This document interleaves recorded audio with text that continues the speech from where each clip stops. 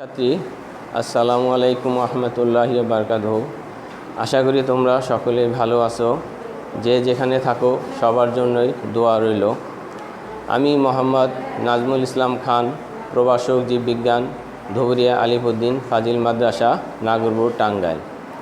প্রিয় শিক্ষার্থী, তোমরা সকলেই জানো কোভিড-19-এর কারণে দীর্ঘদিন যাবৎ সারা পৃথিবী স্থবির হয়ে আছে। এর সাথে তোমাদের সকল শিক্ষা প্রতিষ্ঠান বন্ধ এবং তোমাদের শিক্ষা কার্যক্রম ব্যাহত হচ্ছে, যার কারণে ধুবুরিয়া আলিফউদ্দিন ফাজিল মাদ্রাসার অনলাইন ক্লাসের পক্ষ থেকে তোমাদের কিছু ব্যবস্থা করা হয়েছে, যার কারণে তোমরা এই অনলাইনের মাধ্যমে কিছু শিখতে পারো, জানতে পারো। যা হোক, বিগত ক্লাসে তোমাদের কিছু আলোচনা করা হয়েছে। এখানে পাঠ উপস্থাপনায় দেওয়া আছে কোষ ও এর গঠন। বিগত ক্লাসে এ সম্পর্কে তোমাদের কিছু ধারণা দেওয়া হয়েছে। কোষ কী, কোষ কীভাবে আবিষ্কার হয়েছে বা কোষ কাকে বলে, এ সম্পর্কে কিছু আলোচনা করা হয়েছে। আজকে আমি যে আলোচনা করব সেখানে দেখো, এখানে আদি কোষ, প্রকৃত কোষ, দেহকোষ, জনন কোষ এবং কোষের পার্থক্য এবং প্লাজমা মেমব্রেন এই সম্পর্কে কিছু আলোচনা করব, যাতে তোমাদের কিছুটা ধারণা লাভ করতে পারো। বিগত ক্লাসে কোষ সম্পর্কেও বলা হয়েছে। এখন আবার আমি একটু বলছি যে কোষের গঠনের উপর ভিত্তি করে কোষকে আমরা সাধারণত দুই ভাগে ভাগ করতে পারি। যেমন একটা হচ্ছে উদ্ভিদ কোষ আর একটা হচ্ছে প্রাণী কোষ। বিগত ক্লাসে তোমরা চিত্র সহকারে দেখেছো যে একটা হচ্ছে উদ্ভিদ কোষ আর একটা হচ্ছে প্রাণী কোষ। আবার কাজের উপর ভিত্তি করে কোষকে দুই ভাগে ভাগ করা হয়েছে।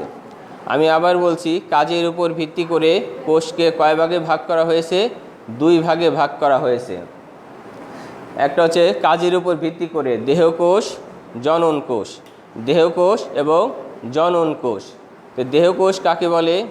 যে কোষগুলো আমাদের দেহ গঠনে গুরুত্বপূর্ণ ভূমিকা পালন করে সেগুলোই হলো দেহকোষ। যেমন আমাদের বিভিন্ন অঙ্গ প্রত্যঙ্গ, উদ্ভিদের মূল, কাণ্ড, পাতা, শাখা প্রশাখা ইত্যাদি দেহকোষ দ্বারা তৈরি। এই দেহকোষ মাইটোসিস প্রক্রিয়ায় বিভক্ত হয়ে দেহকোষ গঠন করে। এরপর হচ্ছে যে জনন কোষ। যে কোষগুলো প্রজনন কাজে অংশগ্রহণ করে, দেহ গঠনে কোনো ভূমিকা পালন করে না, সেই কোষগুলোকেই বলা হয় জনন কোষ। জনন কোষ শুধুমাত্র প্রজনন কাজেই ব্যবহৃত হয়। জনন কোষ সাধারণত ডিপ্লয়েড জীবের জননাঙ্গ থেকে মিওসিস প্রক্রিয়ায় বিভাজিত হয়ে জনন কোষ উৎপন্ন হয়। জনন কোষ সাধারণত কয় প্রকার? দুই প্রকার। কয় প্রকার? দুই প্রকার। একটা হলো পুংগ্যামেট আর একটা হচ্ছে স্ত্রী গ্যামেট, অর্থাৎ শুক্রাণু এবং ডিম্বাণু। প্রত্যেকটি জনন কোষ সর্বদাই হ্যাপ্লয়েড আর দেহকোষ সর্বদাই ডিপ্লয়েড। ডিপ্লয়েডকে 2n দ্বারা প্রকাশ করা হয় আর হ্যাপ্লয়েডকে একটা মাত্র n দ্বারা প্রকাশ করা হয়। এরপরে দেখো আছে আদি কোষ ও প্রকৃত কোষ। অর্থাৎ আদি কোষ কাকে বলে বা আদি কোষ বলতে কি বুঝি এবং প্রকৃত কোষ বা প্রকৃত কোষ বলতে কি বুঝি। আদি কোষকে বলা হয় প্রাককেন্দ্রিক কোষ বা প্রোক্যারিওটিক কোষ। আদি কোষ কাকে বলে? যে কোষে নিউক্লিয়াস সুগঠিত নয়। আমি আবার বলছি, যে কোষে নিউক্লিয়াস সুগঠিত নয় সেই কোষকে বলা হয় আদি কোষ বা প্রাককেন্দ্রিক কোষ। কিভাবে নিউক্লিয়াস সুগঠিত নয়? অর্থাৎ আমরা জানি একটা নিউক্লিয়াসের প্রধানত চারটা অংশ থাকে। একটা হচ্ছে নিউক্লিয়ার মেমব্রেন, নিউক্লিওলাস, নিউক্লিওপ্লাজম এবং ক্রোমাটিন জালিকা বা ক্রোমাটিন তন্তু। আমি একটু পরে কোষ এঁকে তোমাদের সেটা দেখাবো, সেই চিত্রটা। অর্থাৎ যে কোষে নিউক্লিয়াস সুগঠিত নয় সেটাই হচ্ছে আদি কোষ। আদি কোষে সাধারণত কোষীয় অঙ্গাণু, প্লাস্টিড, মাইটোকন্ড্রিয়া, এন্ডোপ্লাজমিক রেটিকুলাম এগুলো অনুপস্থিত থাকবে। শুধুমাত্র ডিএনএ থাকবে আর রাইবোজোম থাকবে। এটাই হচ্ছে আদি কোষ। মোনেরা কিংডমের সকল সদস্যই আদি কোষী। এরপর হচ্ছে প্রকৃত কোষ। প্রকৃত কোষ কাকে বলে? যে কোষে নিউক্লিয়াস সুগঠিত। যে কোষে নিউক্লিয়াস সুগঠিত সেই কোষকেই আমরা প্রকৃত কোষ বলবো। অর্থাৎ একটা নিউক্লিয়াসে যে 4টা প্রধান অংশ থাকে সকল অংশই বিদ্যমান থাকে এই প্রকৃত কোষে। এখন আমি চিত্রকে তোমাদের দেখাচ্ছি।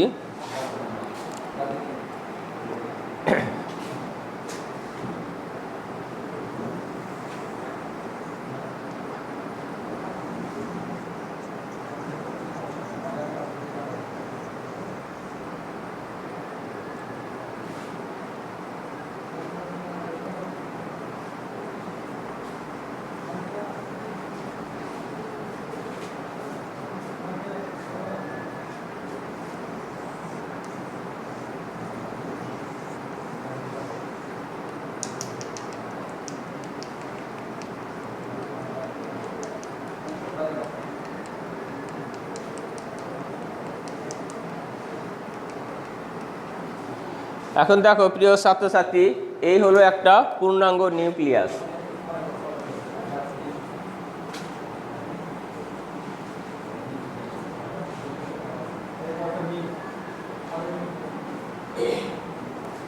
এই হলো একটা পূর্ণাঙ্গ নিউক্লিয়াস। এটা হচ্ছে বাহিরে নিউক্লিয়ার মেমব্রেন, নিউক্লিয়ার পর্দা, নিউক্লিয়ার মেমব্রেন অথবা নিউক্লিয়ার পর্দা। এরপরে মাঝখানে যে কালো অংশটুকু আছে এটা নাম হচ্ছে নিউক্লিওলাস।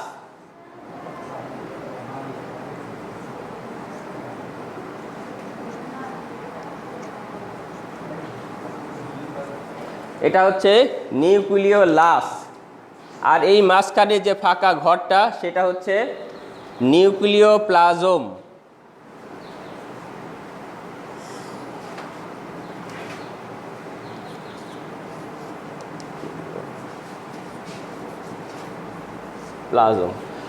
মাঝখানের ফাঁকা ঘরটা হচ্ছে নিউক্লিওপ্লাজম।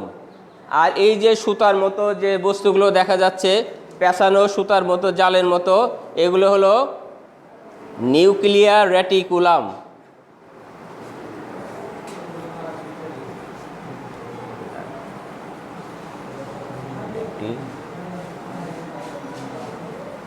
নিউক্লিয়ার রেটিকুলাম অর্থাৎ একটা নিউক্লিয়াসের 4টা অংশ থাকবে। একটা হচ্ছে নিউক্লিয়ার মেমব্রেন বা নিউক্লিয়ার পর্দা, আর একটা থাকবে গোলাকার বস্তু, এটা হচ্ছে নিউক্লিওলাস। আর ভিতরে যে ফাঁকা জায়গা এটা হচ্ছে নিউক্লিওপ্লাজম। আর এই যে পেঁচানো সুতার মতো এই বস্তুগুলো হলো নিউক্লিয়ার রেটিকুলাম বা নিউক্লিয়ার জালিকা। এই 4টা অংশ যে কোষে থাকবে সেই কোষটাই হচ্ছে প্রকৃত কোষ। আর এই 4টা অংশ যে কোষে থাকবে না সেই কোষটা হচ্ছে আদি কোষ। তা আদি কোষের মধ্যে শুধুমাত্র এই ক্রোমোজোম বা ডিএনএ অংশটুকুই বিদ্যমান থাকবে। প্রিয় শিক্ষার্থীরা, তোমরা অবশ্যই বুঝতে পেরেছো।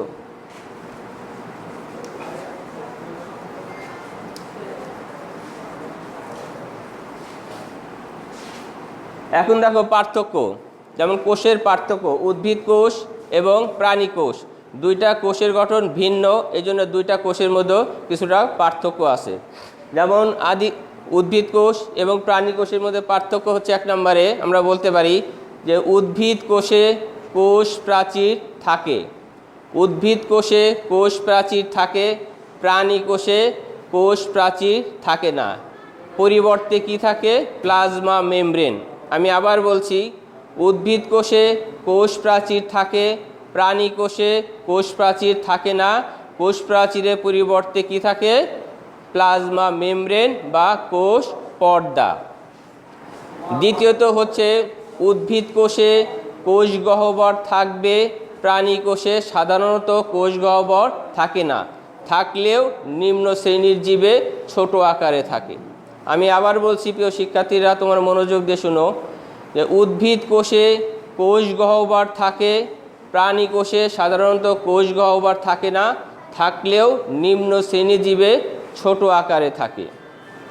তৃতীয় পার্থক্য হচ্ছে উদ্ভিদ কোষে যেহেতু কোষ গহ্বর থাকে এবং কোষের মাঝখানের বেশিরভাগ জায়গা অঞ্চল দখল করে থাকে, সেই জন্য নিউক্লিয়াস কোষের এক পাশে অবস্থান করে। আর প্রাণী কোষের ক্ষেত্রে যেহেতু প্রাণী কোষে কোষ গহ্বর থাকে না, সেহেতু নিউক্লিয়াস সাধারণত কেন্দ্রে বা মাঝখানে অবস্থান করে। আমি আবার বলছি প্রিয় শিক্ষার্থীরা, উদ্ভিদ কোষে যেহেতু কোষ গহ্বর মাঝখানে অবস্থান করে সেহেতু নিউক্লিয়াস যে কোনো কোষ গহ্বরের একপাশে অবস্থান করে।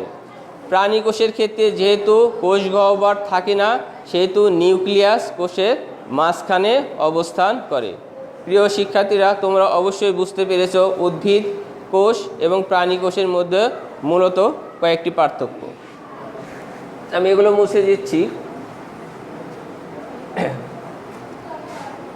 এখন দেখো, এই হলো বিভিন্ন কোষের প্রকারভেদ এবং কাজের উপর, গঠনের উপর ভিত্তি করে প্রকারভেদ। এখন আমরা জানি প্রত্যেকটা কোষে কতগুলো কোষীয় অঙ্গাণু থাকে বা কতগুলো বস্তু থাকে, যেগুলোকে আমরা কোষীয় অঙ্গাণু বলা হয়। অর্থাৎ কোষের সাইটোপ্লাজমে বিদ্যমান সজীব বস্তুগুলোকেই কোষীয় অঙ্গাণু বলা হয়। আমি এখানে তোমাদের যে প্লাজমা মেমব্রেন অর্থাৎ কোষের যে আবরণ, সেই আবরণটাই হলো প্লাজমা মেমব্রেন। কোষের যে আবরণ, সেই আবরণটাই হচ্ছে প্লাজমা মেমব্রেন। এই প্লাজমা মেমব্রেন সম্পর্কে তোমাদের একটু ধারণা দিচ্ছি যে প্লাজমা মেমব্রেন কাকে বলে। যে কোষ প্রাচীরের নিচে সমস্ত জায়গা জুড়ে প্রোটোপ্লাজমকে ঘিরে যে পর্দা অবস্থান করে সেটাই হচ্ছে প্লাজমা মেমব্রেন।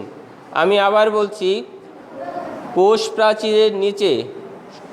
প্রাচীরের নিচে সমস্ত জায়গা জুড়ে প্রোটোপ্লাজমকে ঘিরে যে জায়গা অবস্থিত বা যে পর্দা অবস্থিত সেটাই হচ্ছে প্লাজমা মেমব্রেন।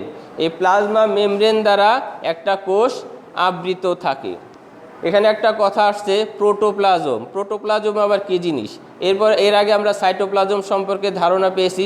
প্রোটোপ্লাজম হচ্ছে প্লাজমা মেমব্রেনের নিচে জেলির মতো থকথকে একটা ঘন অঞ্চল আছে, সেটাকেই বলা হয় প্রোটোপ্লাজম। তার নিচে আরেকটি অঞ্চল আছে, সেটা হলো হালকা মানে ঘনত্ব কম, সেই অঞ্চলটাই হলো সাইটোপ্লাজম। তা প্লাজমা মেমব্রেন হলো কোষ পর্দা। এখন এই প্লাজমা মেমব্রেনকে বিভিন্ন নামে বিভিন্ন বিজ্ঞানী অভিহিত করেছেন।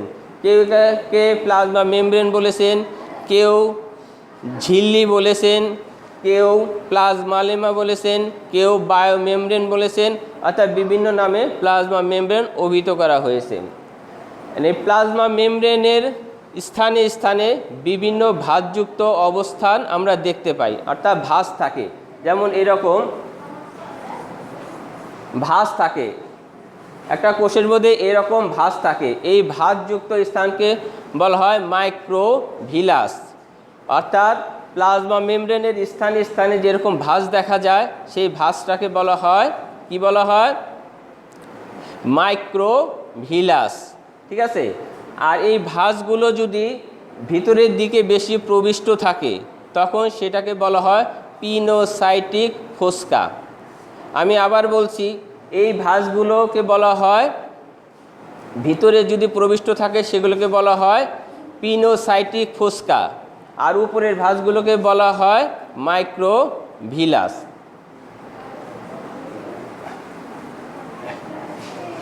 প্রিয় শিক্ষার্থী, আজ এ পর্যন্তই রইল। এর পরবর্তী ক্লাসে এর গঠন সম্পর্কে, প্লাজমা মেমব্রেনের গঠন সম্পর্কে তোমাদের আমি ধারণা দিব। আজ এখানেই থাক। প্রিয় শিক্ষার্থী, তোমাদের জন্য একটা মেসেজ যে বর্তমানে আমাদের দেশ মাদকে ছেয়ে গেছে, এজন্য মাদক থেকে তোমরা সবাই সাবধানে থাকবে। মাদক যেন তোমাদেরকে গ্রাস করতে না পারে।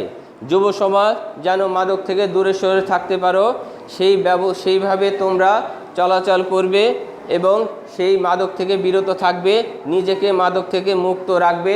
মাদককে আমরা সবাই না বলি। আল্লাহ হাফেজ। আসসালামু আলাইকুম রহমতুল্লাহি।